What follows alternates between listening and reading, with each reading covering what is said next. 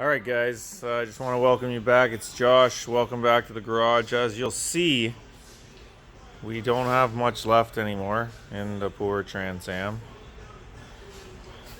But the new engine is coming. Waiting for some headers still. A few more parts. We'll be good to go. Earlier today, we did pick up outside our new 3-inch stainless MagnaFlow muffler.